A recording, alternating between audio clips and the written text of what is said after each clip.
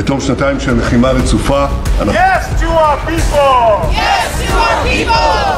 চতুর ঘুঘু Benjamin Netanyahu ও তার সাঙ্গপাঙ্গরা ফাঁদ দেখেছেন ঠিকই, কিন্তু ধরা পড়েননি এখনো। এবার কি তবে ধরা পড়তে যাচ্ছেন, নাকি এবারও সময়ই বলবে সবকিছু?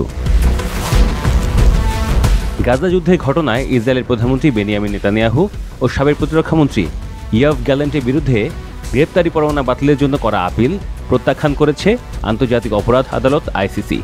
বিশ্বব্যাপী শিরোনাম হওয়া এই একটি রায়ে আইসিসি গত নভেম্বরে বলেছে, গাজায় যুদ্ধ অপরাধ ও মানবতার বিরুদ্ধে অপরাধ সংগঠনের ক্ষেত্রে নেতানিয়াহু ও গ্যালেন্টের অপরাধমূলক দায়বদ্ধতার যৌক্তিক প্রমাণ রয়েছে। আইসিসি ফিলিস্তিন প্রতিরোধ গোষ্ঠীর 3 জন শীর্ষ নেতার বিরুদ্ধেও গ্রেপ্তারি পরোয়ানা জারি করেছিল, তবে তাদের মৃত্যুর পর সেগুলো বাতিল করা হয়।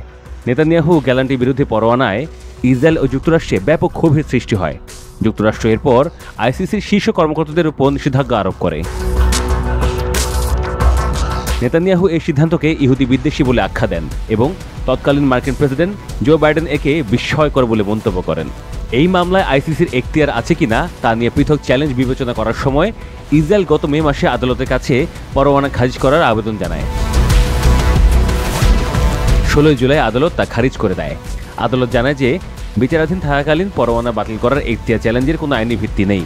1 সপ্তাহ পর ইসরায়েল ওই সিদ্ধান্তের বিরুদ্ধে আপিল করার অনুমতি চায়, তবে বিচারকরা শুক্রবার বলেন, ইসরায়েল যেভাবে বিষয়টি উত্থাপন করেছে তা আপিলযোগ্য নয়।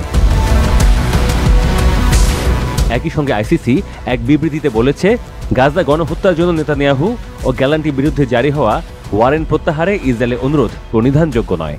আইসিসির 13 পৃষ্ঠার বিশদ রায়ে আদালত আবেদনটি প্রত্যাখ্যান করছে বলে জানানো হয়।